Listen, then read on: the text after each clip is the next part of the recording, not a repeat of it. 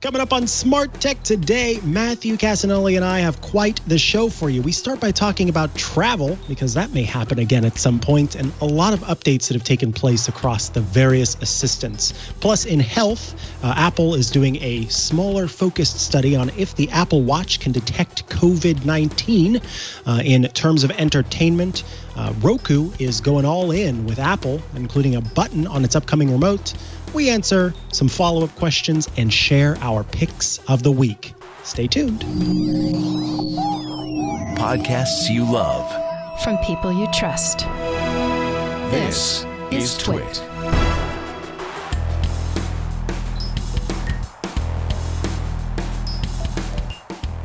This episode of Smart Tech Today is brought to you by Technology Powers X. Learn how technology is reshaping business through an original podcast from Dell Technologies. Search for Technology Powers X anywhere you listen to podcasts and download each episode today. Welcome to Smart Tech Today, where we explain the exciting, the dynamic, and the sometimes confusing subject that is the Internet of Things.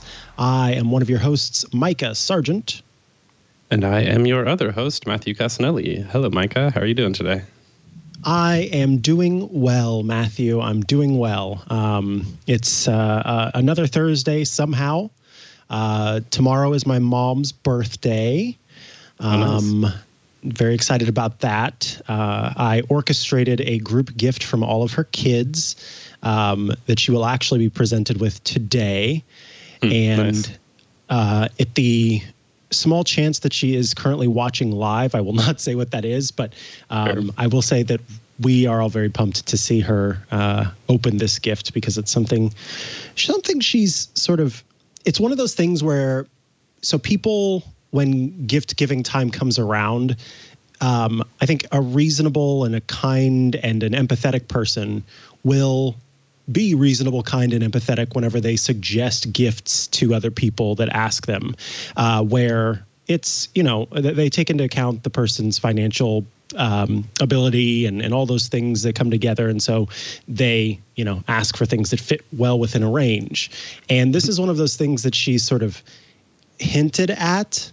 I wouldn't even say hinted at. One of these things that she's gotten excited about, but never maybe thought that it was something that she would get for a gift. So I'm pretty pumped about it. Nice. It's not a That's Tesla, cool. So that's not what it is. I wasn't going there, so. Just, yeah, as Reverb Mike says, made her an ashtray out of clay. I was going to say a smart home humidifier. Yay! Yay! She definitely wants one of those. It is an appliance of some sort, but it is not one of those like, we got mom a dishwasher, because that's horrible. Yeah. Nothing like that, but certainly an appliance of some sort. Anyway, in case she's watching, I can't say anymore. We'll reveal it next week on the show. Yes, I will talk about it next week on the show. And once I finally get to see my family again, I will be happily partaking in this appliance at that point. So pretty cool. I got it for me is what I'm saying. It's a kegerator. That's what it is. Yes. And a beer bong. Yeah. For your mom. So there's that. But we've got lots to talk about, and we're kicking things off with travel, because that's a thing people might be doing sometime later this year, which is exciting. Yeah. I'm exactly 6 weeks away. Got my vaccine this morning. So. Oh, nice. Congratulations. Yeah, Which exciting. Pfizer? Yeah. Nice. Is it a weird thing to ask people that? I don't know. I feel like I don't find it weird. I don't know. It's kind of like asking back when everybody was playing Pokemon Go, what team are you on? What squad are you? Yeah. Are you the purple battles. team or whatever they are? I mean, obviously, if I ever ask a person that and they don't feel comfortable answering, then all they have to say is, I don't really feel comfortable answering that question. Yeah, exactly. I won't ask.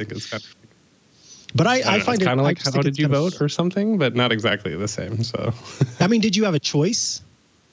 Yes, but I just picked the one that well, was then I don't want to know policy. which one you chose. I'm just kidding. Yeah, I don't know. maybe some people are weird. I think the bigger thing that's kind of why are you asking about that also doesn't apply so much anymore, which was back before everything had opened up to everybody 16 and older. Yeah. If you that's were like, fair. How did you get a shot? That's kind of like that's probably what I'm thinking. It's like, I don't know why. Just somebody asked me on Twitter, and I was like, it just seems weird to like disclose medical information to people randomly. But that's fair. That's fair. I mean, really, it's because I want to make sure I'm targeting the right 5G chip when I take over your brain. Perfect. Yeah. So now that I know it's Pfizer, I know which launch codes to use. Let's move on. We're going to talk about Google Maps, which got an iOS update. And with that iOS update came the introduction of Apple's app privacy labels. So Google kind of had some attention thrown at it because Apple was updating its guidelines to include app privacy labels, which are a way in the App Store to kind of understand how an app is using your data and in what ways it uses that data. And many of Google's apps did not get an update that included this information. And so folks were kind of about it and didn't know when they were planning on doing it and if they were holding off because they didn't want people to know. And really it just came down to the fact that it was the end of the year and a lot of people were off work and taking their vacations. So they didn't have new updates to push out until after the new year. But Google Maps is one of the last to get that update, and it now has that update. Yeah. I thought this so how was is kind it of stealing my info? Not stealing. I'm checking it out now, and it is funny because all of the data is linked to you. So I think that's one of the big things that if people haven't seen it before, it'll display whether or not information is linked to you, or if it's, I guess we can't really see that in the video feed, but or if it's like anonymously used to gather information. And so I do think there's probably a degree of that. I do think it's important for these companies to, this is going to be a major update that's likely coming next Thursday, by the way, because Apple has announced an event. Or wait, Tuesday. I was thinking it was going to be this Thursday. And this is going to be a big change just in terms of disclosing privacy and the amount of effect it's going to have on Facebook and other apps. So I think this is just an important thing that Google has been clarifying for people exactly how your data has been used, because there's been many stories in the past specifically where Google said it was pausing location data and then it would kind of turn it back on, or even just the sort of way it was tracking you, even though you weren't necessarily actively trying to, was always or was in question for a while. So I think this is just a good thing to know. This is going to be across all of apps from now on the App Store, so it's important to look at for all of your smart home apps as well. But just disclosing location tracking type apps is the most important, I think. And so I think this is just good to see, and is sort of, I'm not sure if every single one of their apps have done it now, but it's sort of an end cap to that story too, that they have been finally updating all of these. So good to see. Yeah. Last and finally, it's time for Google Maps. Google Home has had some improvements. So if you've got a Google Home device that has video capabilities, then you will be able to use presence detection so that it will only let you take a call through the system whenever you're home. So I'll kind of read through this Android Police article to explain a little bit about it. But Duo, which is one of Google's many messaging apps, is kind of the primary use case. But it can alert assistant-powered displays or speakers and let you have that information kind of when you're home. So it's essentially a toggle of only ring when I'm at home, and then it can use your phone to determine that you are at home around those different devices, and then ring on one of those devices to answer like Google Duo calls. But apparently it'll also work for Zoom. Yeah, I think especially if you had roommates, it would be like if you weren't at home, your Google Home devices would be going off every single time. And so just seeing this kind of presence detection being utilized this way is good.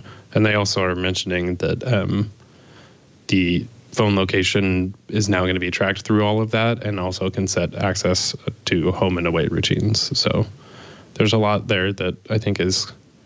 It's sort of, this angle is about just that particular problem that people were having of stuff being called while you're away, but this is like an overall improvement to the presence detection with Google Assistant, which is nice. Yeah. Android has a new feature that is trying to reduce the amount of times that folks get into situations when they are walking around and not necessarily paying attention where they're going. So digital well-being is kind of Android's system and set of tools that help folks with their devices help to use them kind of in a conscious way. And it helps with sleep stuff. It helps with mental health stuff. And the newest one is kind of to help you remember that you need to watch where you're going. So it's the new feature is called Heads Up. And it basically says, if you're walking while using your phone, you can get a reminder to focus on what's around you.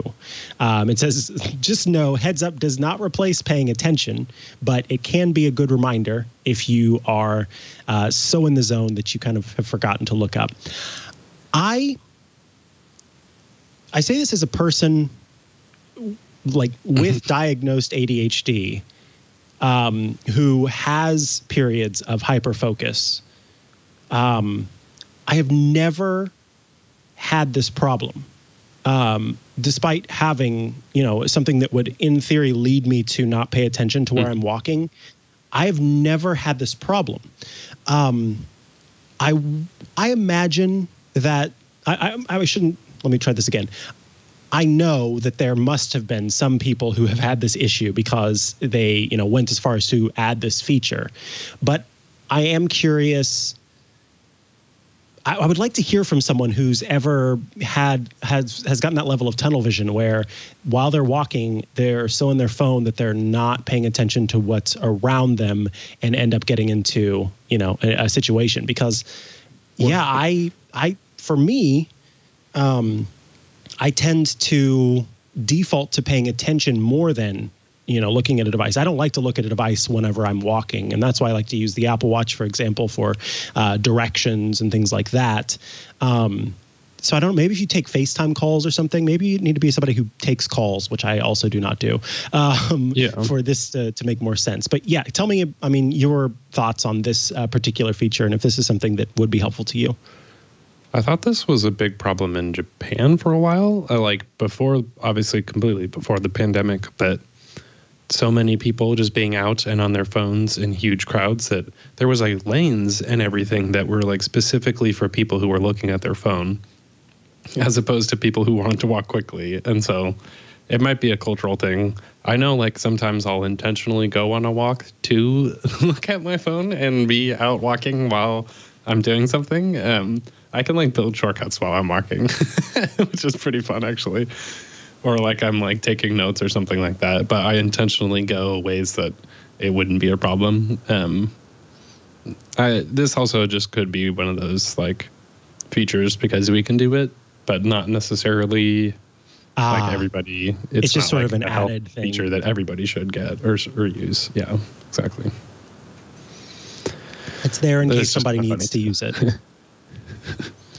One day you'll run into somebody and be like, "Oh, well, I could have used it." Yeah, and I have a feeling that this is one of those things that there will be people kind of, being smart aleck about it. I should be clear. I am not suggesting that people who do have this issue are foolish or anything like that. I simply am stating that this is something I've never had an issue with. And so it is a curious thing to me if there are people who do have this, and if this is a feature that was created because there were plenty of people who had this, or if it was just, as you said, one of those, hey, we made it because we want to. But it's never you mean you can't just look up from your phone and pay attention where you're going? That's not the judgment call I'm making at all with that. But yeah. Yeah, back in my day, we almost got ran over by horses and buggies. Okay, Boomer.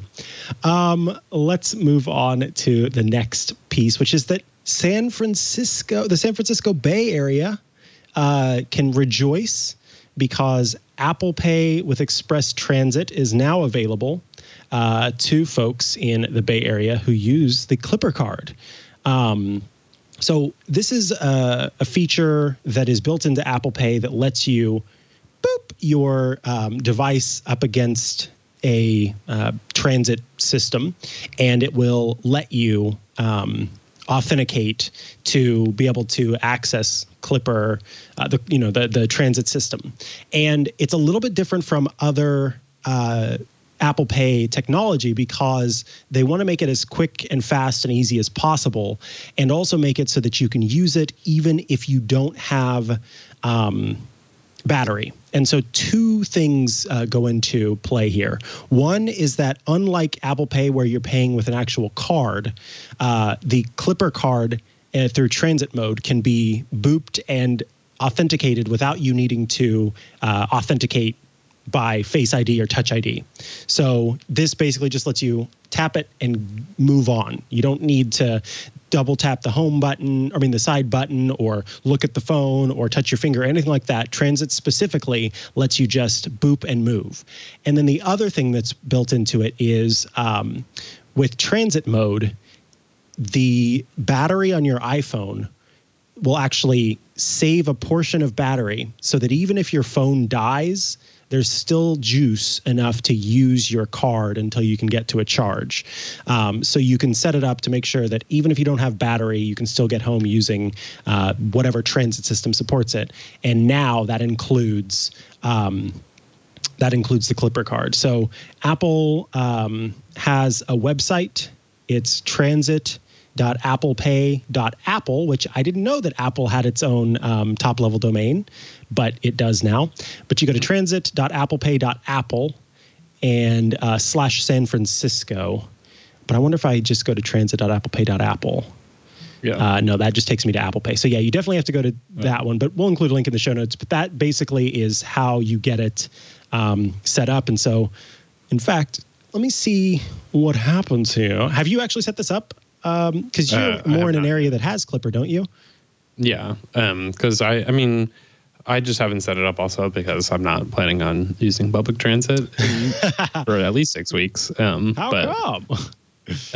The other thing that I noticed was I saw on Twitter from somebody who was asking just in a reply to the BART account that it also doesn't work with the bike share service, which Lime acquired or Lyft acquired and then killed off the e-bikes and never actually fixed them, which I totally am not holding a grudge against them about.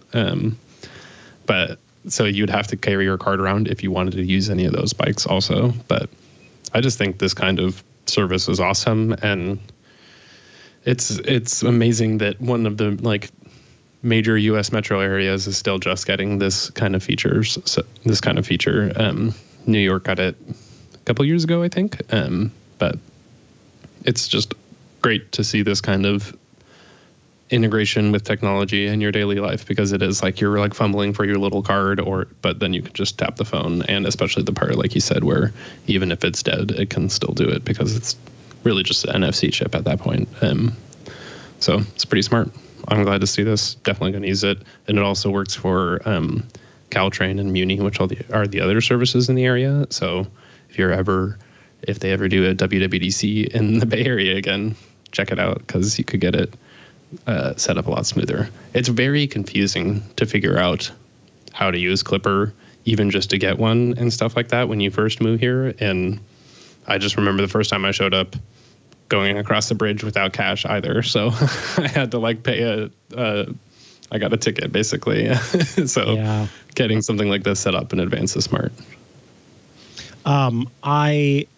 What's really neat is that not only can you use if you already have a Clipper card, you can transfer it over, but I was actually able to create a whole new Clipper card, like within Apple Pay. So I launched the wallet app, I tapped Plus, I tapped Clipper, and then I could add money and create a Clipper card right from within the app.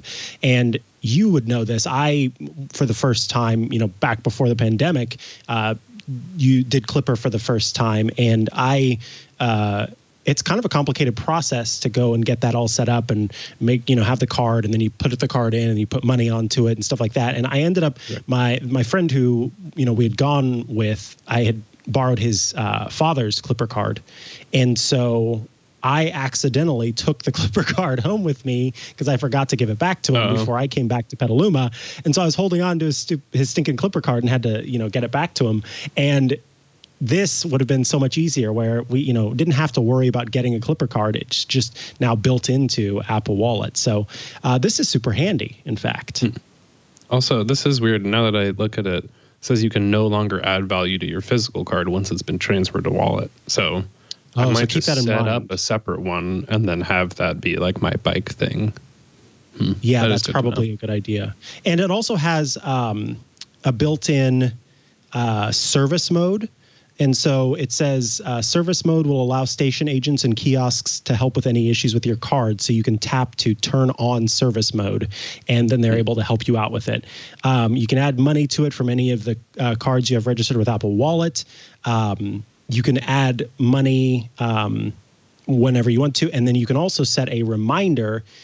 So if the value drops below 10, if it drops below 20, or if it drops below 30, you'll get a notification letting you know. And then you can go through and add some more money to it. So, yeah, this is pretty neat. Does it have auto reload?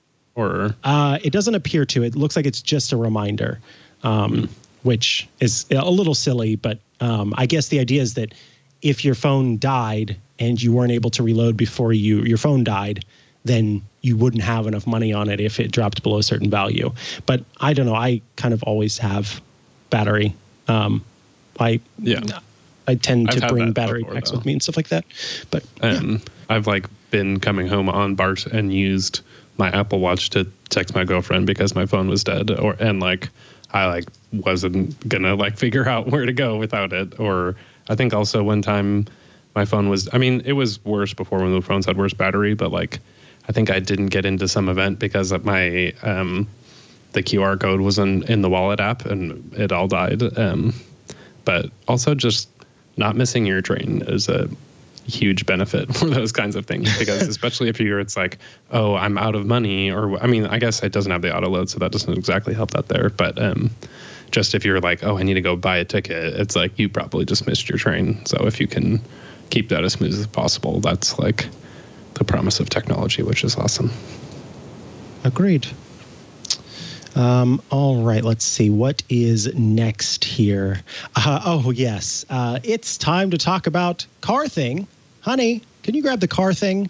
TechCrunch, my God. Spotify, they're both green. And so in my head, I saw the Spotify logo with the word TechCrunch underneath it and called it TechCrunch. That's how my brain works. Welcome.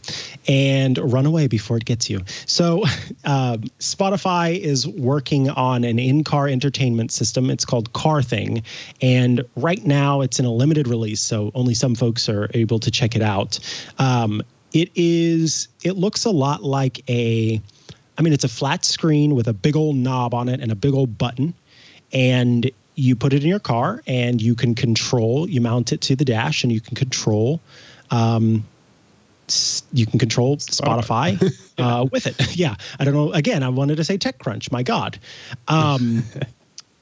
It's an interesting device for folks with older cars that don't have CarPlay technology. But as my co-host on TechCrunch, I swear to God, if I say TechCrunch one more time, my co-host on Tech News Weekly pointed out, for Android users, this was a little bit perplexing because Android users are blessed in that they can use Android Auto at any time because their phones have an Android Auto mode. which is something that I want Apple to do and have wanted them to do for so long, because as many folks know, but some folks don't, it is not your in-dash head unit that is producing the CarPlay UI and making all of that possible. It's coming from your phone. So it's already built into the operating system on our iPhones. I've got this big old honkin' iPhone that I could mount, temporarily with the car charger that I have in my car, and use that to interact with CarPlay. I wish, especially with MagSafe. I wish that they would do this. And so, if anything, I hope that Spotify's car thing would allow, or would encourage Apple to think about doing that, because this product especially targets, I think, iOS users who don't have an in-car display on their older vehicles. So this potentially has a large market. Not least of all because I know a lot of college-aged folks and younger who their music streaming service is Spotify. And when you're in college and younger, you don't have as much disposable income. So you don't necessarily have a brand new car that has CarPlay functionality built in. All of those things kind of add up to, like, I get why they made this, is basically what I'm saying. It totally makes sense. And I hope that it pushes forward some other things within Apple so that they would just let me do CarPlay from my phone. Yeah. I mean, it also just has the dial and the physical control and just the dedicated space for this kind of thing. You could have it on top of music or on top of maps and things like that too. Is a very interesting thing. I mean, it's Spotify. I was just going to say it's their first foray into hardware, which I'm pretty sure is true. They've done partnerships. I think I was seeing some of the designers on Twitter talking about that. But this is just a neat product. It's like what an iPod could be if it wasn't Apple sort of situation too, especially. And I think it's like this would just be cool as a thing around your house to control all of your speakers, not just the car. So I'm very interested. I signed up to get it, and I think it's discounted too in the sign up process. I'm not exactly sure, but I did notice that the language was like, if we make this, you'll be the first to get it. And I was like, what a weird way to say that. Like, it's almost like it's a test to see the reaction, and then they'll do it, which is usually how businesses operate these days. But even just the language was like, there's definitely no guarantee that this will even ever ship. So that was interesting. But I mean, they are making them. So I think it's cool. I mean, I think it makes sense. And Spotify's been doing a lot to just be omnipresent in all spaces of audio. So the kind of they have on your daily drive music and news kind of set up to go to. So I think it makes sense. It's got all mounting options built into it too. So it'll be interesting to see. It's cool. Yeah. I love music, Agreed. so I'm all for that kind of thing. And just the physical control, it, like you said, or I guess you were saying you want the CarPlay mount for your phone, but I think it appeals to people who even use Android Auto too, just because it's something's dedicated for this. So why not use both? Why not both? Porque no los dos. Yes. Okay, actually, I think we're going to go ahead and take a quick little break here so I can tell you about an awesome sponsor before we come back with more. This week, our episode of Smart Tech Today is sponsored by Technology Powers X, an original podcast by Dell Technologies. Each episode of Technology Powers X focuses on a different industry and goes behind the scenes to help you understand how technology is reshaping business everywhere. So you can think of it as kind of a little formula there. Technology powers, and then you figure out what the variable is for X. And so it's technology powers this, technology powers that, the technology behind these different industries, these different businesses. I was able to get a sneak preview of Technology Powers X, and they've got quite a few interesting episodes. One of those features researchers who are studying the architecture of the human brain in an effort to develop more versatile AI models. Very interesting stuff. Basically, can we build AI that works like the brain does in its pattern matching, in its memory storage, in all of the different ways that neurons kind of fire off? And is that a better way to create an AI model? Another episode explores the world of professional esports, featuring a behind-the-scenes look at Team Liquid. So if esports is your thing and you're a streamer or something like that and you want to learn more about how the technology works behind the scenes there, then you can check that out.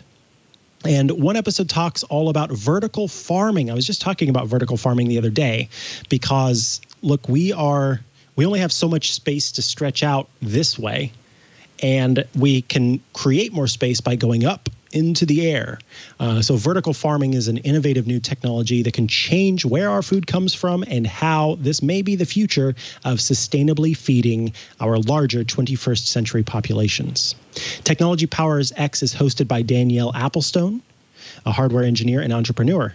And if you're a pet lover like me, then you should check out episode 14, The Best Partner for Pets. Here's a clip. Yet today, technology plays a growing role, not just in happy reunions, but as an invaluable tool to America's animal welfare workers. There you go. That is a little sneak peek of Technology Powers X. All you have to do is search for Technology Powers X anywhere you listen to podcasts and download each episode today. That's Technology Powers X. Download it today. Thanks, of course, to Technology Powers X for its support of this show and all of Twit. All righty, let us see what's next. Apple is now studying whether the Apple Watch can predict COVID-19. This is in Seattle. It's the University of Washington and the Seattle Flu Study, who have begun to accept volunteers. So if you are in Seattle, then you can partake in this study. And you just need to be 22 years or older with at least an iPhone 6S. Each participant will get a study-supplied Apple Watch. They'll have to wear day and night for as long as 6 months. They'll have to fill out weekly surveys in the Apple Research app on their phone. But those who get sick will both receive an at-home nasal swab test and a request to provide more Apple Watch health data. Of course, all of this information will remain confidential. But I like that they're not only doing these bigger studies that everybody can participate in, but they're also leveraging the technology that they have and the app that they have to do these smaller, more focused studies. It's really interesting. Yeah, and I think these are just good follow-ups to, we've mentioned the Mount Sinai study and the Stanford research that people have done, basically confirming that this can detect that kind of situation. So I think this is one of those things where they do as many research studies as possible and just keep building on it further and further before they'd ever actually act on it, just because they don't want to get it wrong and recommend something that doesn't actually work. So it's just cool to see going further that this kind of thing can help, especially just as not everybody is going to get the vaccine and things like that. So having this on smart devices that people are wearing can, and hopefully other ones as well, not just Apple Watch, can help everybody detect that kind of thing. So it's cool. Yeah. Oh, this is pretty neat. Google has added UV index information to Wear OS, to the Wear OS weather app. And you can also have it as a complication on your Wear OS watch. So I think this is so incredibly important, and I'm glad that it is that it's available for folks to be able to see the UV index that's outside and whether they should be particularly careful of their skin. I think we all have a tendency, or I shouldn't say all because some of us don't, but many of us have a tendency to disregard the largest organ on our body, our skin, and pay special attention to and give care to it. And some folks go farther than others with the level of tanning that they do, which can cause lots of damage. But to be able to make this decision a little bit more understanding of what you have to do in a given day and where you plan on going, and then look to see the UV index and go, okay, I need to put on this level of sunscreen, or I need to make sure that I stay out of the sun, and maybe we won't eat at a restaurant because we'd have to eat outside, so we'll do this instead. Those kinds of things. So yeah, always a good thing. And I like to see that Wear OS is continuing to improve and get somewhere near what is offered on the Apple Watch. And I'm not saying that snootily or anything like that. I just a little bit. Well, I laugh because the Apple Watch is by and away the wearable market dominator. And so in that sense, it is nice to see that there is another device that is slowly but surely creeping up. And I want folks in the Android ecosystem to be able to get out of their watches what we have gotten out of our Apple Watches. Totally. I know so many people who really love having this device on their wrist for so many different reasons. And then I know a couple of people and have read about many more whose lives have been saved/changed by their Apple Watch. And even more than that, the health studies that have been impacted by the Apple Watch. If Wear OS gets to a point where Android users can be just as driven to get these devices and be able to access their own health in a new way, I celebrate that wholeheartedly.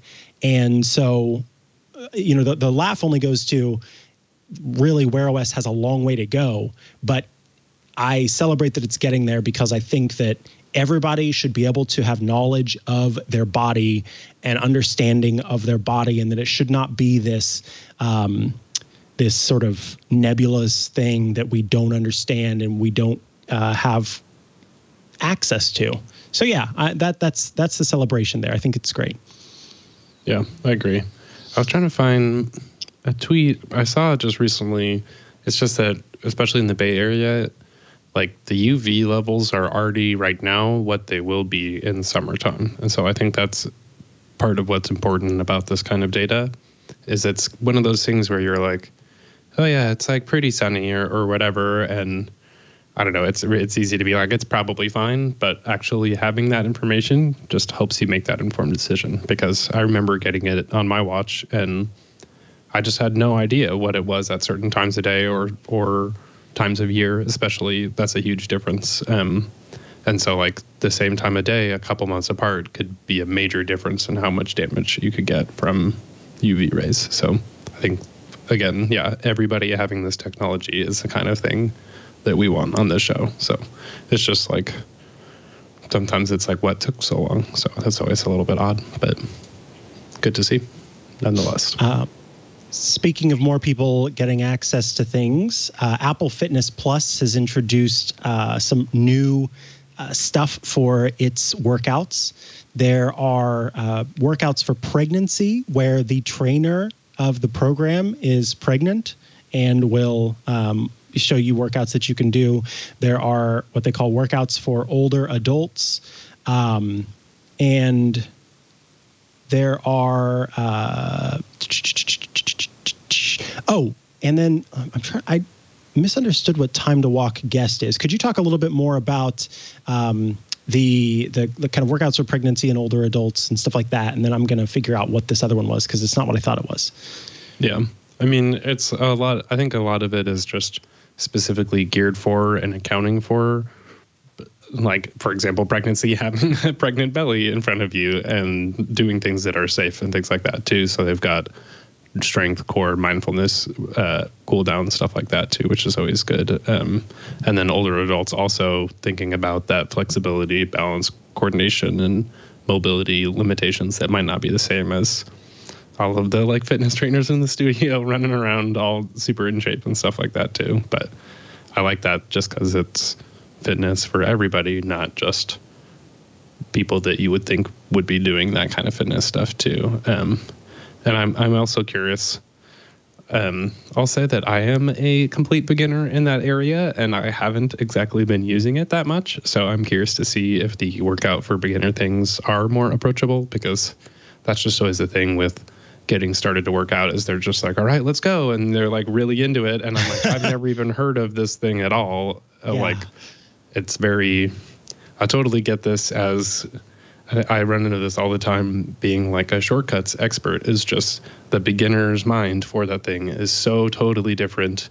And usually there's lots of fear and hangups. And once you're into it, that's just how, like, if you've been a fitness person your whole life, that's just how you operate. And so other people, like perhaps me, maybe are just like, I have no idea where to begin, or I just feel dumb, even though it's just a little app. So I think that kind of stuff is really good to ease people into this kind of service.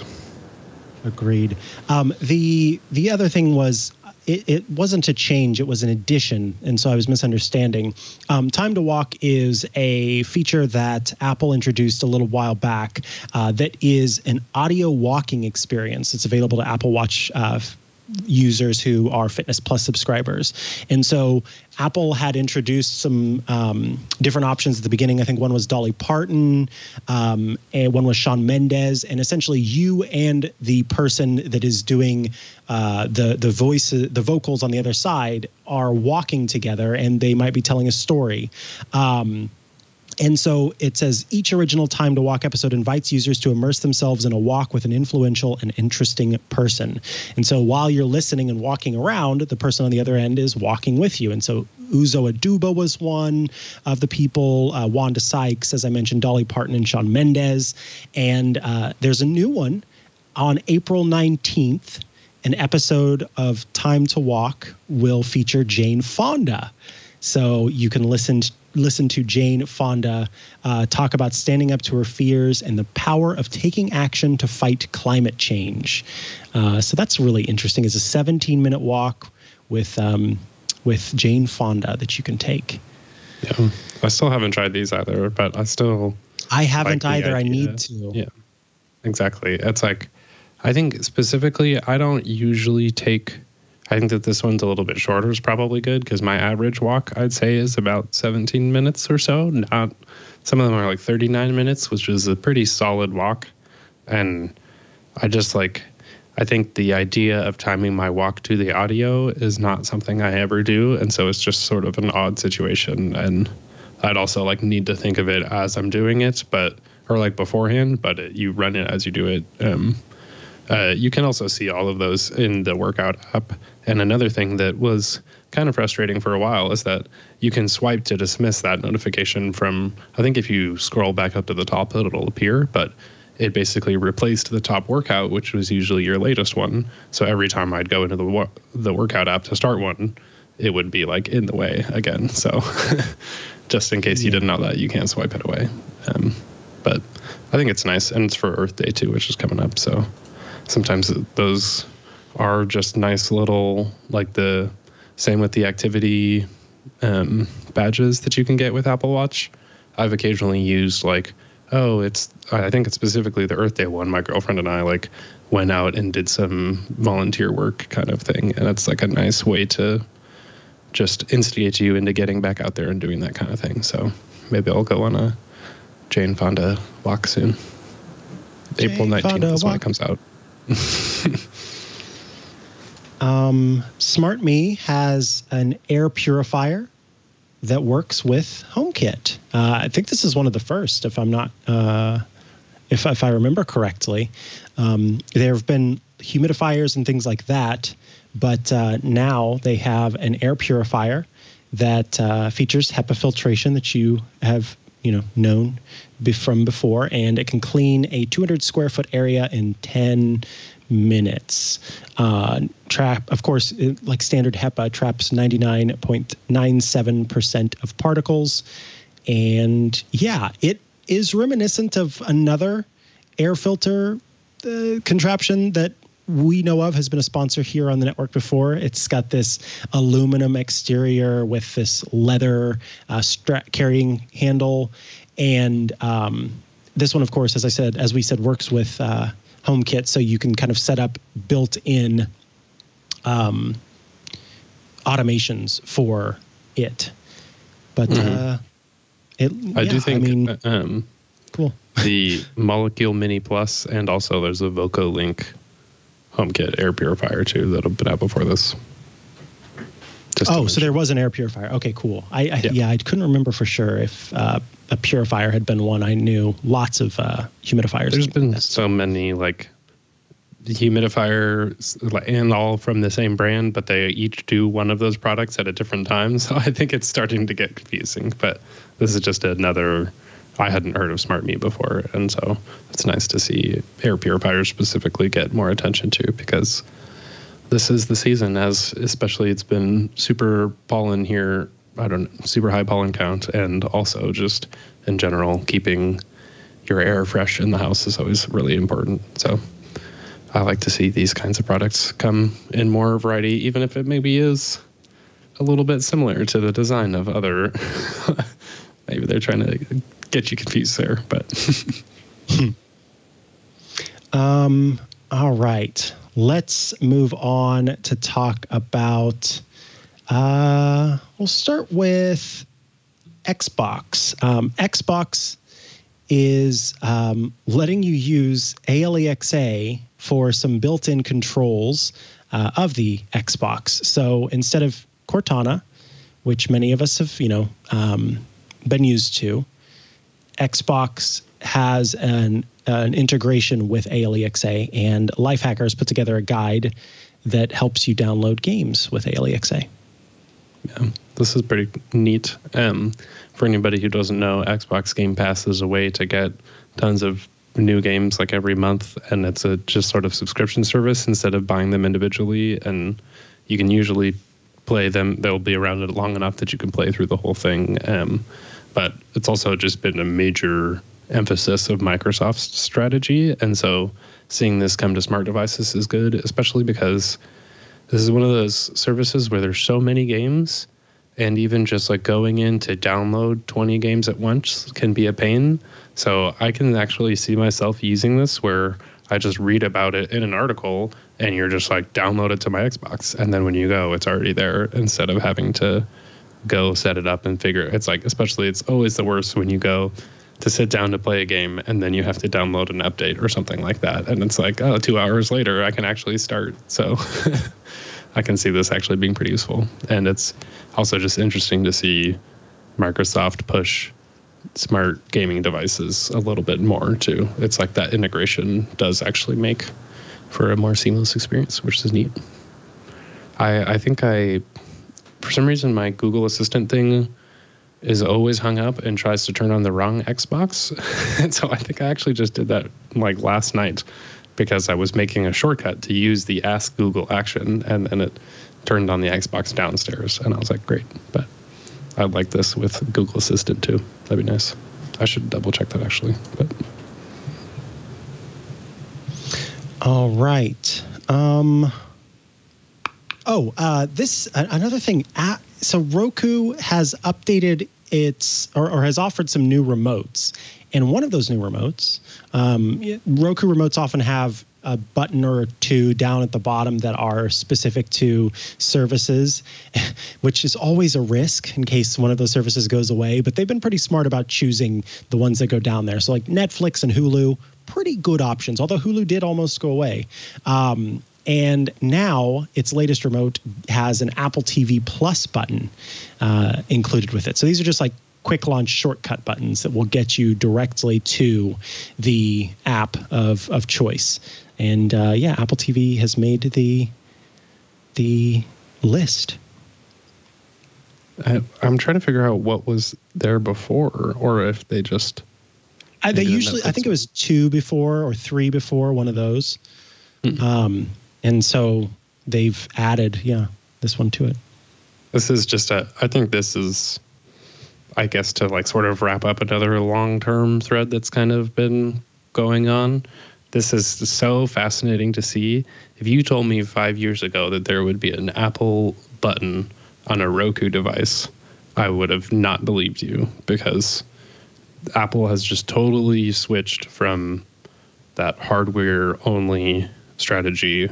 I mean, if you're in the Apple space, there's been a lot of talk about like subscription service revenue and things like that. And so this is just like, I don't know if the final nail in the coffin is an appropriate metaphor, but it is like, I don't think this would have happened while Johnny Ive still worked at Apple. To see that Apple logo on a Roku device Right.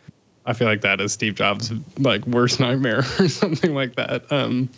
But it's just fascinating, and I think it's great because these services are just kind of the ubiquitous ones that lots of people are going to be using, and it makes it a lot more convenient. So I think it's cool. And Roku also has like AirPlay 2 support. They're rolling out new updates to their operating system alongside this kind of thing. Yeah, HomeKit 2 on their HD streaming devices. So this is like Roku's actually, I also, if you asked me like 5 years ago if Roku would be a major player in the streaming services market, I would have like maybe believed you, but only because they were just like they never die. But the fact that this is like, I don't know, they're rocking it, I think. It's like more power to you. Agreed.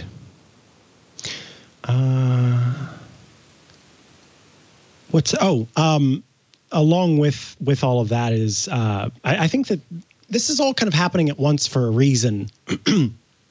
As Apple's app is expanded to these different platforms, to these different devices, those devices are also adding support for AirPlay 2 and HomeKit in many ways. And so you're kind of getting a back and forth. My TCL Roku TV has had the Apple TV app for a while and also has HomeKit support built in and AirPlay 2 support built in. And that happened with a firmware update. And I really do think that Apple's push for services is at the forefront of this. And so with Roku's new OS offering this stuff across the lineup, I'm not surprised that we're seeing these changes all take place at once. So pretty cool stuff. Yeah, exactly. What's this next story from Wired? Yeah, I thought this was a little bit more related to the Game Pass discussion, but I thought this just was a cool article from Wired emphasizing how those game subscription services are really good for accessibility and players with disabilities, especially because it's really hard to identify if games support accessibility devices. They have the I can't remember what it's called. I think it's just the accessibility controller featured on the article. And it is like one of their paywall ones, I just realized, because I was reading it in Apple News. But I think this is just totally a great point that it opens up gaming to a lot more people, and they can go in and test whether or not it works with that kind of thing without being punished and trying to get a refund if it doesn't.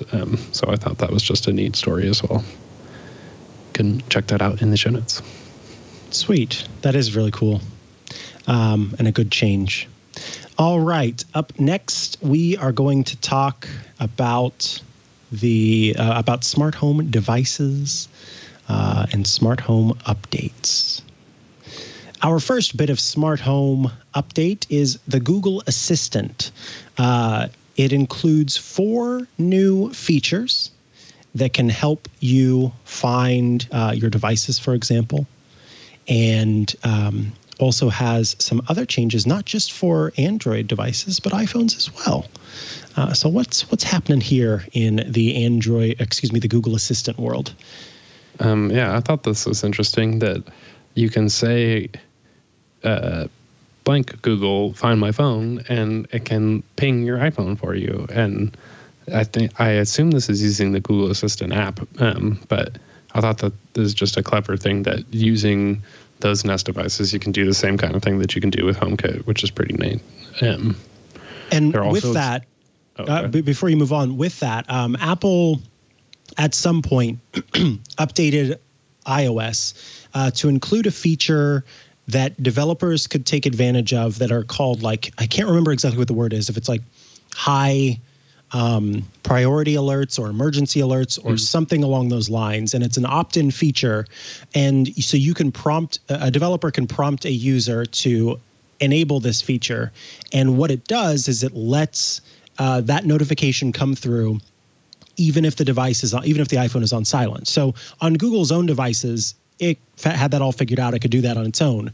But on iOS devices, before that feature was available, if you said, hey, dear pal, find my phone, and it was an iPhone, it would try to do the notification, but it couldn't actually make it ring out.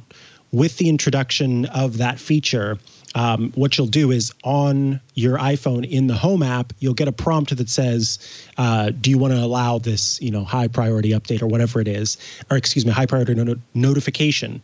And so it will then ring even if the phone is on silent. So very cool that Apple did that and that Google is taking advantage of it so that you can find your phone even if it's on silent. Yep, definitely nice.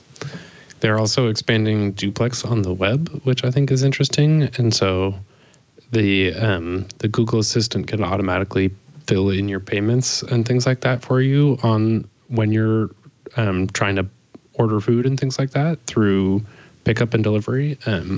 So I thought this was interesting, just like getting that actual intelligence brought forward a little bit further into that experience, I think is going to be pretty nice. And I think also I'm curious what this means for like hub displays, because if you could order food from that whole thing and just have it autofill your information without poking into, I don't even know if they have the keyboard. I don't think I've ever ran into a situation where I needed the keyboard on there. So I guess they just didn't make it available. So that'd be cool to see expand to Nest Hub and things like that too.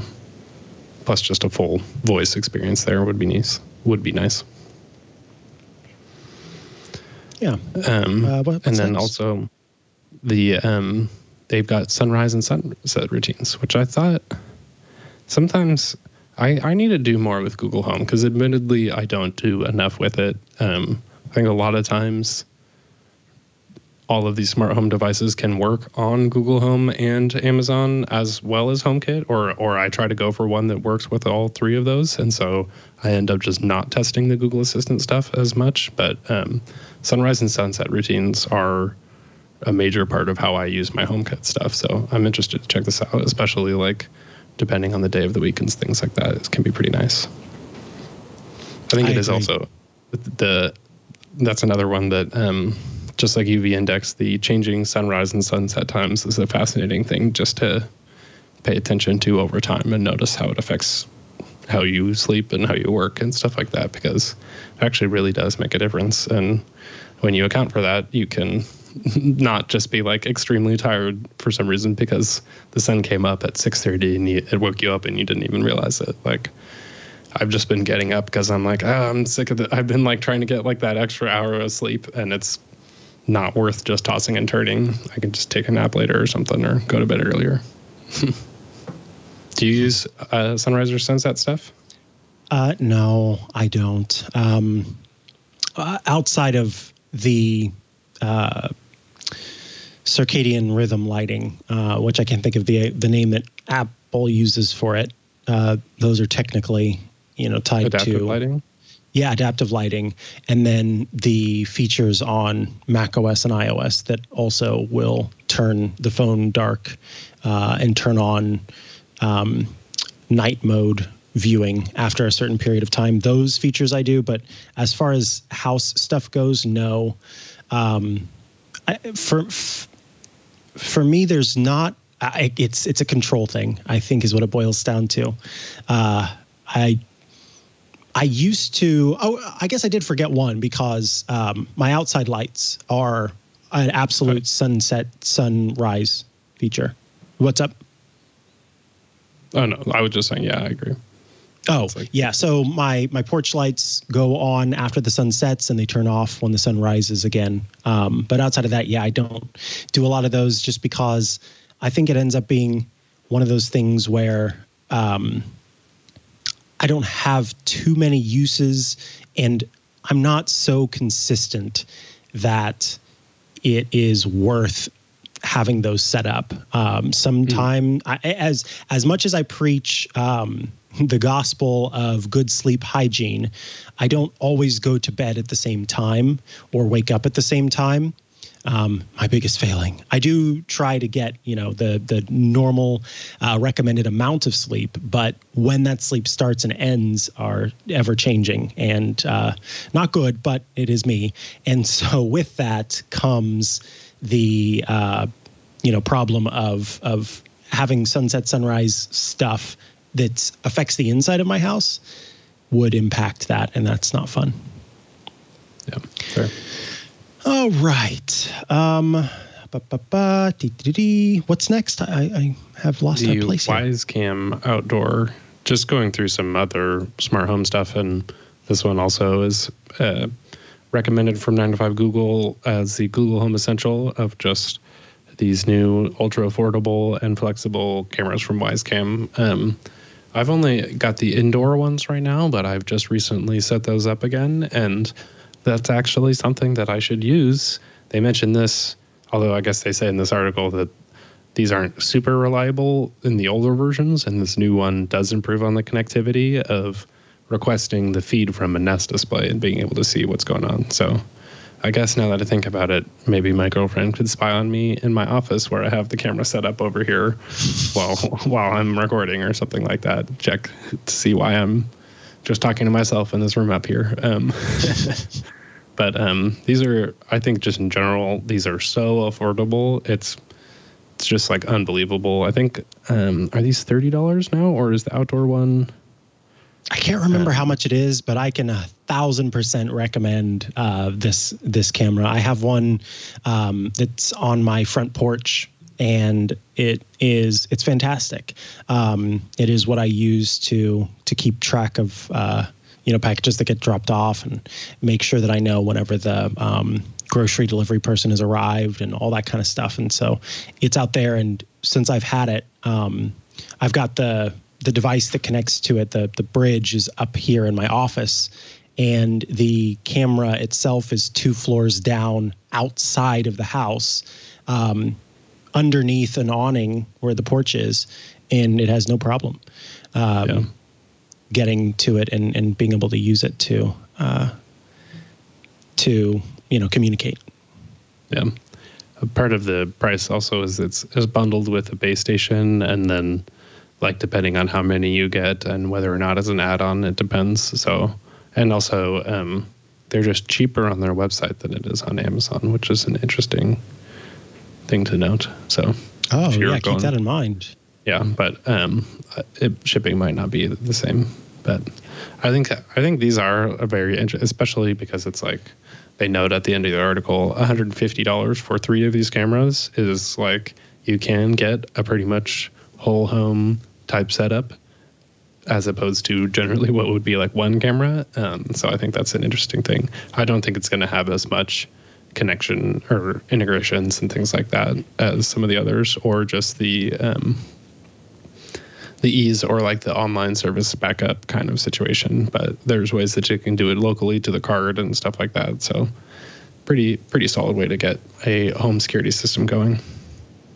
I think mine are indoor outdoor, so I was waiting for a specific outdoor cable that they didn't have available when I pre-ordered this. So maybe I'll have to get those in one dedicated outdoor one, because we'll talk about it in a second, but I'm just thinking of my Maras HomeKit plug that just got absolutely destroyed by the rain. So oh God, maybe putting a camera out there isn't the best idea.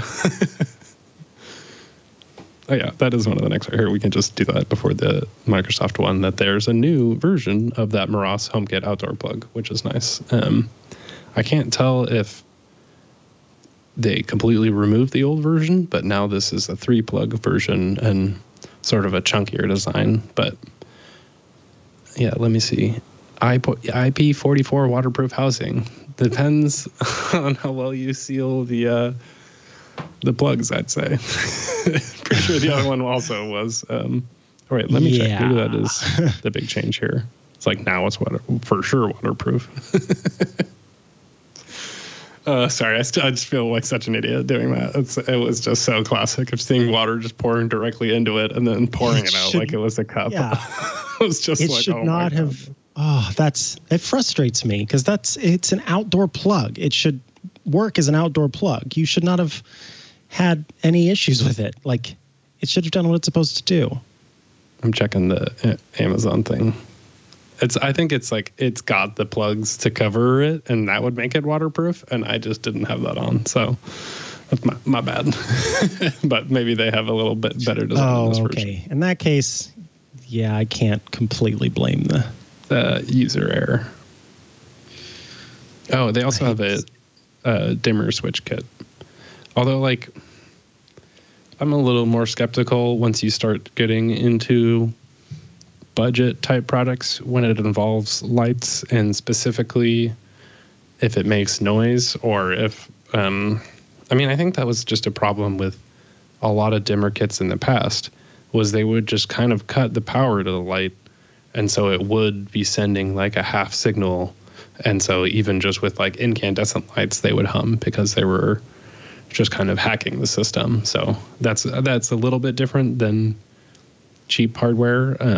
But I just saw somebody else talking about that, I think the other day on somebody's smart plug, was they were just like, it just buzzes and like kind of makes a ringing noise constantly. And I know that you say it's like, oh, I have sensitive ears or something, but it's just like, no, if there's any audible noise pollution, that's not acceptable. So I'd have to see with these wall mounts too. I assume the wall mount thing is a little bit different than cheap, like energy plugs are usually where that happens. But yeah. Good to see more from Moras.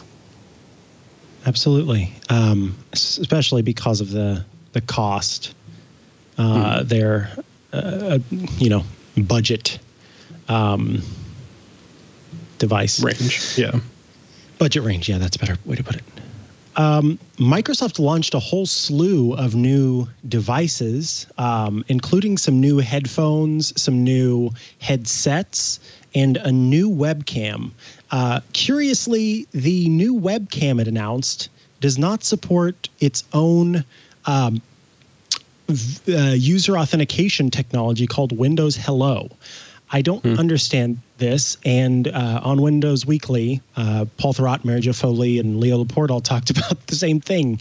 I think that folks have been wanting Microsoft to release a webcam for some time now. And part of the reason why was because they wanted an external webcam that supported logging in via face recognition. And then they come out with one, and it doesn't support Windows Hello.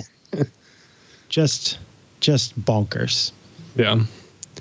These look pretty slick in general, and the headphones and the USB-C, or is it USB-C speaker? It's just a... Yeah, it's USB-C. Yeah, okay. But just in general, these feel like smart or especially like video conferencing technology for 2021, as opposed to what most headset type technology and video conferencing stuff feels like a business office suite from 2000 or something like that, where there's a lot more even just the style alone. But I'm hoping some of the noise cancellation type things or like that is the omnidirectional background noise reducing microphones. That was always a thing of just being like, what? I can't hear you. Oh, okay. Like you're sitting on the other side sort of thing. And it's just a terrible experience. But I think specifically the webcam thing, I would love for them to light a fire under Logitech, because they have been just chilling on the same webcams for like the last 10 years. And the most popular one, I think it's the C920, is like been around for the last 10 years and wasn't any better over time. And they generally just looked terrible. So their webcam has like HDR and lighting optimization stuff it is just amazing how if you just add a tiny bit of color back in, it can actually look a lot more real instead of a really washed out webcam shot. And it's just like, now more than ever, as everybody said 1,000 times in the last year, we all know that kind of stuff is more important. So like this, I will say it's like this makes me want to be in a business call for some reason, just to be like doing the fancy thing with like or like having, I mean, I guess a HomePod can do calls, but having the little puck in the table as a video or a teleconference thing sounds pretty slick. So if you're going to do it, might as well do it in style. And I think I'll give Microsoft credit for taking that approach as opposed to the Microsoft of the 90s, which definitely wasn't stylish or anything like that. So their Surface line definitely they've been pushing that area, which is nice. And then last but not least is a story that Mac Stories picked up, that Mac Stories linked to, about Quinn Nelson and Quinn's approach to smart home automation. Tell me about this. It looks like a YouTube video I see there based on the thumbnail. So what I was going to say is I don't want to give away all of his points, but I feel like Quinn he does the Snazzy Labs channel, if you've ever heard it. But this is a really good primer and kind of philosophy around building a smart home, and especially how he landed on HomeKit, I think, and the choices that he makes are good lessons to learn from. Even just like centralizing it in one place sort of thing that I think sometimes we might take for granted on this show because we both sort of agree with this type of philosophy, but it's not always easy to come to, especially in the way that all of these products have been marketed and do all come from different manufacturers and things like that. So I think definitely check this out. It's like a 20-minute video, and he's got lots of really good practical examples and even goes into some of the fancier stuff too. So that'll be in the show notes. Cool. We'll definitely have to do that. All right. That means it's time to move on to our questions and feedback for this week. Let's talk about questions and feedback. He followed up from last week, which is cool. So last week his question was about he's been out of the loop and Apple fan and supporter for years, and he went all in on the Wink Hub and then basically got screwed over in the process, and so it was trying to figure it all out. Yeah, and so we've got some fault. We were telling him to write back, and he did, which is cool. And he also got a hey, thanks, Rick. Just a good follow up too from the last episode about the whole Lamborghini ALEXA integration, which I love that he actually typed out ALEXA. Yes, with hyphens in between like we say it, so that's good. But he's got that with his Toyota, and it does show how much gas is left in the tank, which is pretty cool. That is like not gonna get. That always reminds me of how I didn't know it at the time, but my Subaru had a manufacturing defect that wouldn't tell you when you were low on gas, and it would just show that you had enough gas. And on the way to WWDC, this was terrible. When I went to WWDC, I also forgot, I think I lost my keys as well, which was just as, or maybe that was the year before. I can't remember now. It's been almost like 2 years or like a couple years now, but I knew that I was really low, but I think I was trying to make it to some event. And so I got there and just went in, and when I went back to my car, it just wouldn't turn on because there was absolutely no gas in the car. So I was running on empty and didn't know it. And that's awful. I've had to get my car updated 4 times. Even right now, if you roll the windows all the way up, if you're holding the lock, it will go up and then immediately halfway back down every single time. It's really annoying. But it's you have electrical issues in your vehicle. That's concerning. Guess that's what I get. But to keep going actually with his question, he does say he figured out a little bit more especially after we helped. So he has Leak Smart sensors. Did we help? That's very nice of you to say that we helped. I don't know that we helped. I feel like we just said, well, can't really be of service until we know more. But it's very sweet of you to say that we helped. So tell us tell us how we helped. So he's saying, I have Leak Smart sensors and valve because I live in the frozen tundra of northern Utah. They sell a hub, which I hope answers that question, with multiple sensors, the valve, plus having the plumber install it. Hopefully that can all get it to go. He's got GE switches, which are starting to fail. So he's going to switch that with Wemo. Interested in your thoughts on our thoughts on that. And then he's got locks, the Schlage, how do you say that? Schlage, I'm not sure. Connect Camelot touchscreen deadbolts. And then with Wink, it was really easy to do with that. And otherwise, he needs a new hub. So There's a couple more things. Do you have experience with the Wemo switches? Yes, so I want to talk a little bit about that, particularly if Rick has not yet ordered Wemo stuff. But before we do that, I want to look up to make sure that I am accurate in saying so. Schlug, depending on which one you have, because there's Schlage Connect smart deadbolts that are Z-Wave and Schlage Connect smart deadbolts that are Zigbee. So, Rick, write back to us again to let us know which version you have. Like, quite literally, find your Schlage model number and share that with us. Or if you can figure it out, which, you're a smart home person, so you, I'm sure, can figure it out. We got to find out if it's Z-Wave or Zigbee, because that makes a difference. You might be able to use one of the modern hubs that we can recommend, depending on which Schlage Connect you have. And let me see, Schlage Connect Camelot. Smart deadbolt with alarm with Camelot aged bronze touchscreen. Schlage keeps trying to ask me for my location. That's very annoying. Yeah, see, they have it in Z-Wave and Zigbee. So, get back to us on which version you have, if it's Z-Wave or if it's Zigbee. So as far as switches, if you're thinking about going Wemo for your in-wall switches, it's fine. I have 2 Wemo switches in my home, but I have to tell you, hands down, the best switches you can buy are Lutron Caseta switches. Lutron makes a series of switches, fan controllers, dimmers, and more that are controlled via their own independent hub, and they are the best switches I've ever used. They are resilient. Some of them don't even require a neutral wire.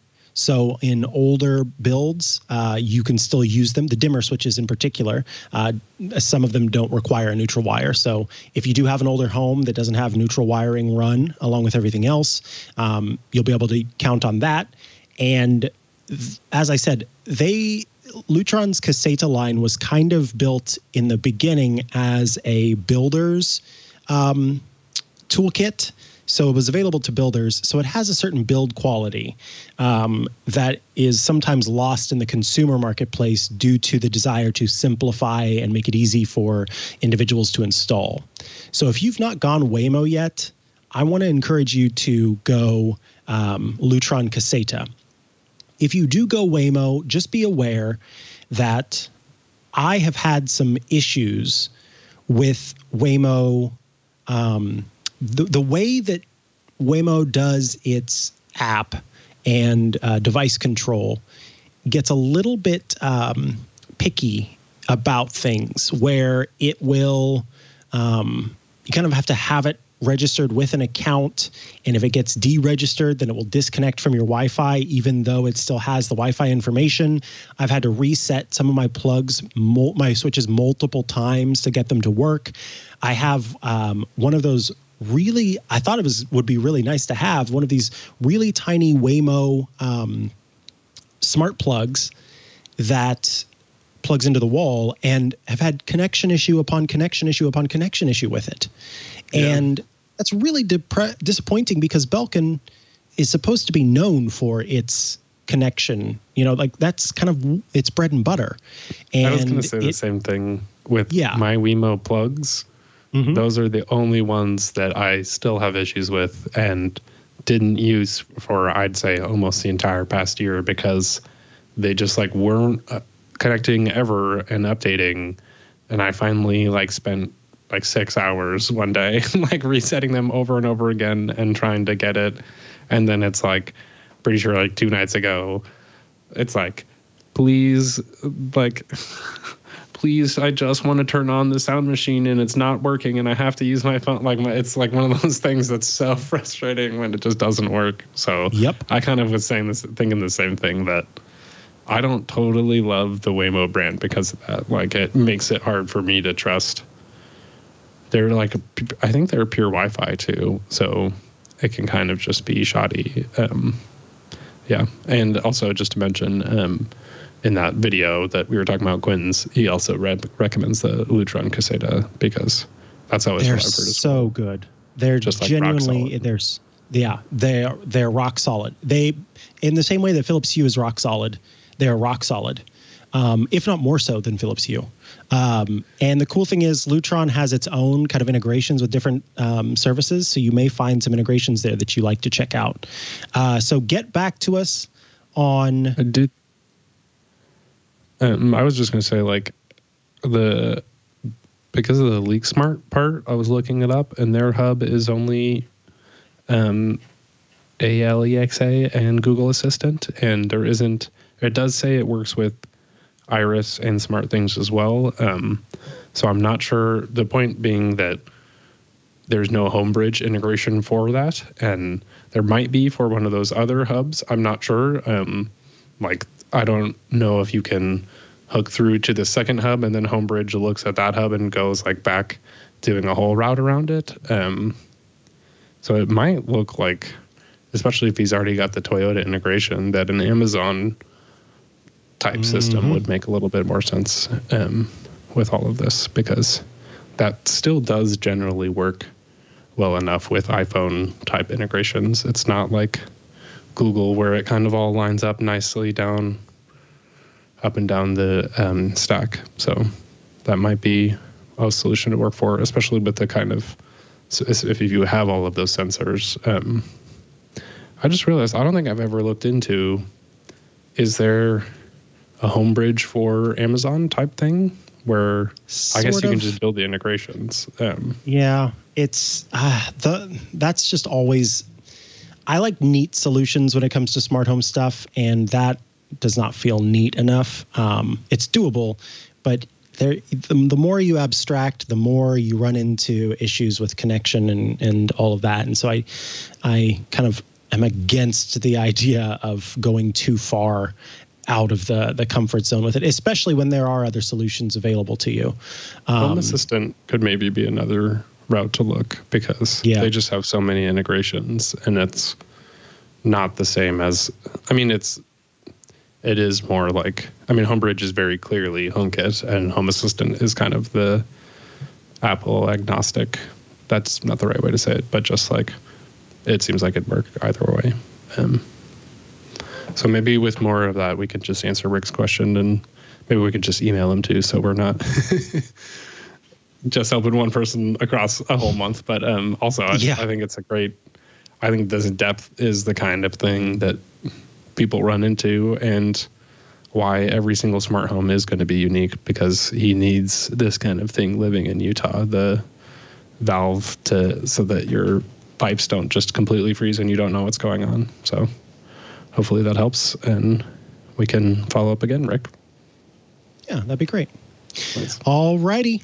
That means it's time for our pick or picks of the week. Matthew Cassinelli, what are your picks of the week?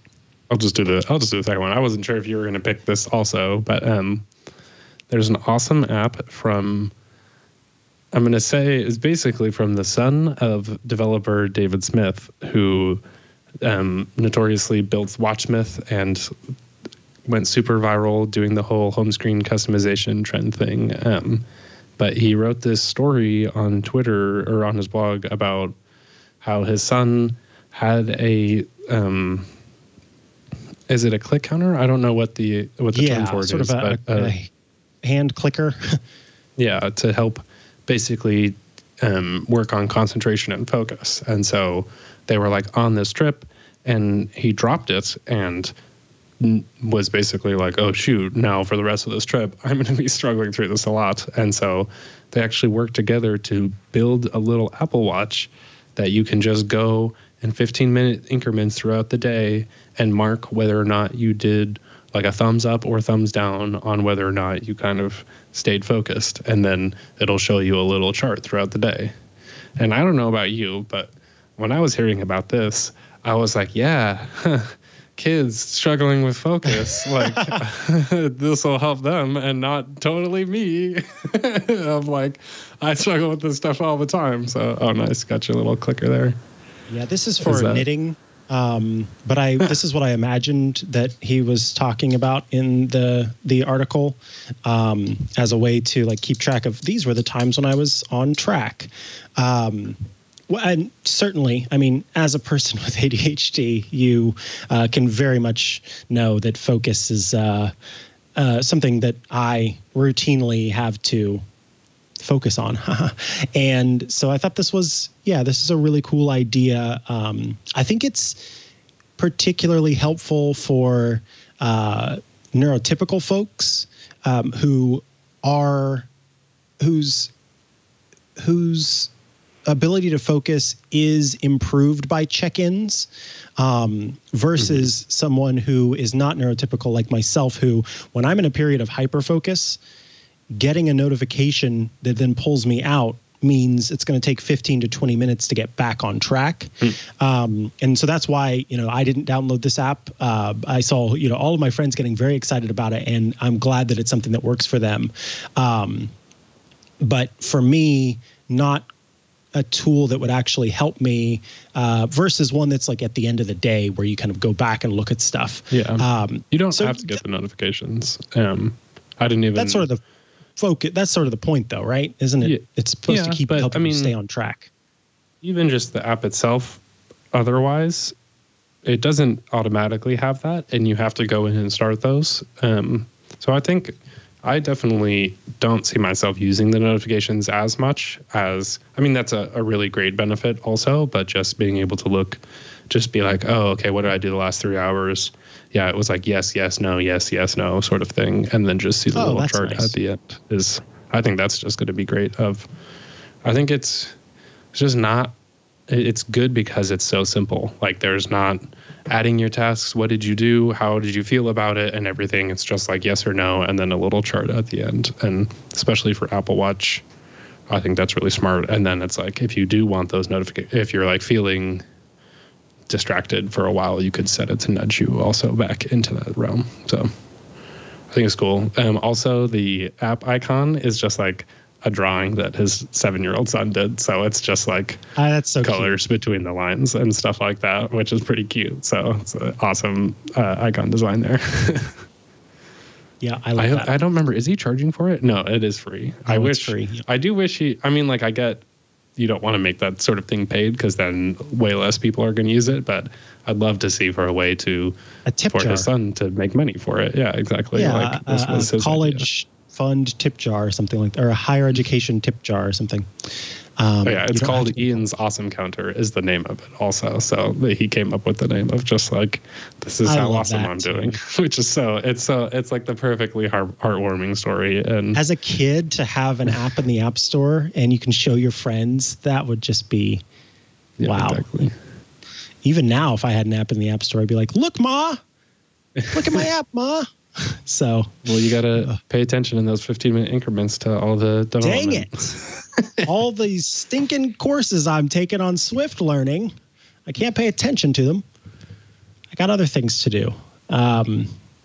What's an app we need? No. I'll talk about mine now. So, in California, as of today, anybody over the age of 16 is able to get their vaccine.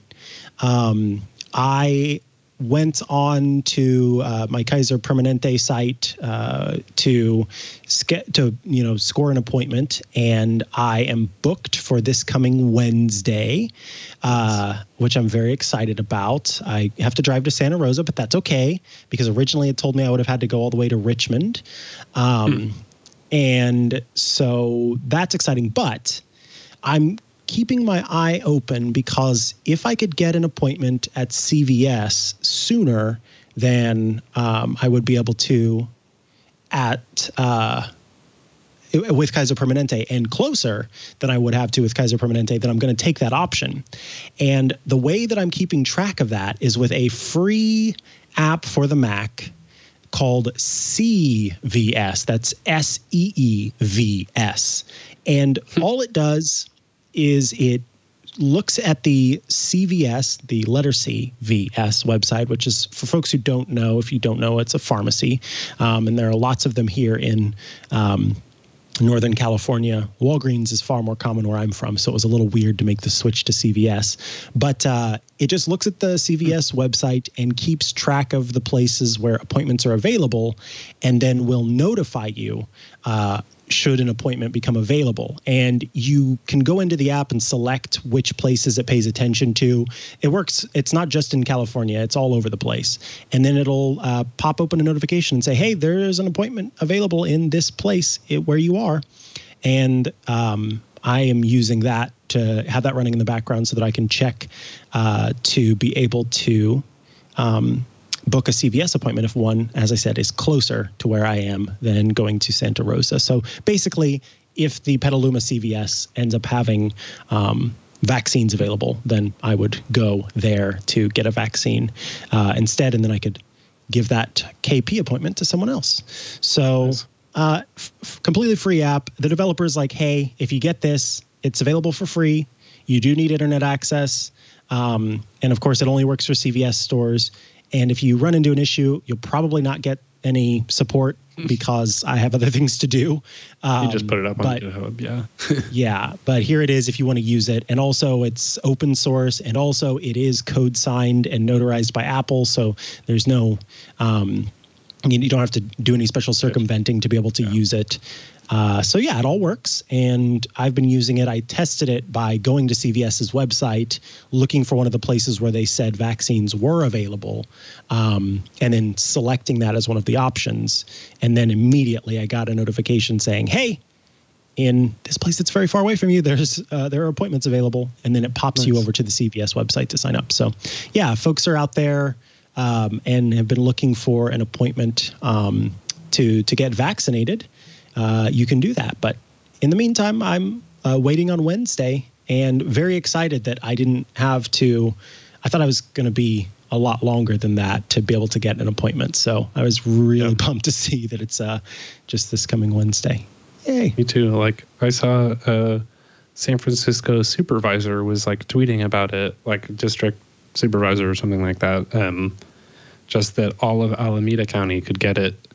Could reserve their stuff already, and everyone in San Francisco County had to wait until today when it was like officially available. And so I just like got the one first thing this morning last week, and then already got it in. So it was really efficient too. Like they did ours at the Oakland Coliseum, and it was like a driving school thing where they had cones, and you would like drive in through these little waves, and then everybody in their cars, in like 5 cars in a row, like 10 lanes wide, would get theirs, and then you moved forward and sat there for 15 minutes to make sure you didn't like have some sort of weird reaction. Just even like, I don't know, I've like passed out in the past getting blood drawn, so I was like, oh really? Actually not a bad idea. Yeah, just I think I was like particularly hungry that day and like looked at it and saw it, and so it was kind of like I intentionally was like, what's that going on over there? And I like couldn't even tell that she had done it. So it was actually like pretty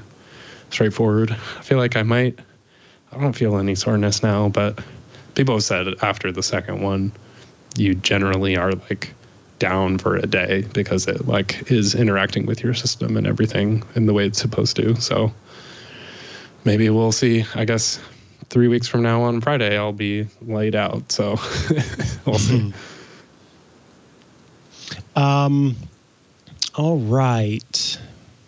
Yeah. Oh, that brings us to the end of the episode, actually. So if you have questions, or if you're Rick and want to get back to us one more time, you can email us stt@twit.tv. We are happy to answer your home automation questions and hear more from you there. Thanks to those of you who tuned in. Wow. Thanks to those of you who tuned in live and have been hanging out with us in the chat room at irc.twit.tv. If you want to tune in live, you can go to twit.tv/live every Thursday at 4:30 p.m. Eastern, which is 1:30 p.m. Pacific, when we record new episodes. Of course, the best way to get the show is by subscribing to it, which you do by going to twit.tv/STT and clicking to subscribe to the show in audio and video formats. We're on Google Podcasts, Apple Podcasts, Spotify, YouTube. We're in a lot of places, and all you got to do is find the one that you're looking for there on the site. Matthew Cassinelli, if folks want to follow you online and check out all the great work you're doing, where do they go to do that? You can go to MatthewCassinelli.com, where I just recently posted all of my old newsletters, because every time I tell you to go to MatthewCassinelli.com, we show the website here, and then I showed an outdated newsletter, and I was really sick of that. So I went back and got them all done and built the whole shortcut to automate it right away. So I have my weekly Shortcuts newsletter, and I just usually would forget to post that on there. And so now you can go and check out what I'm sending out in that email on the website itself. What about you? You can find me on many a social network at Mikah Sargent, or you can head to chihuahua.coffee. That's CHIHUAHUA.coffee, where I've got links to many of the places I'm most active online. And I would guess that with that, you can say good afternoon to your car things. Hey, Jane Fonda, let's go for a walk. You know what's fun? Android.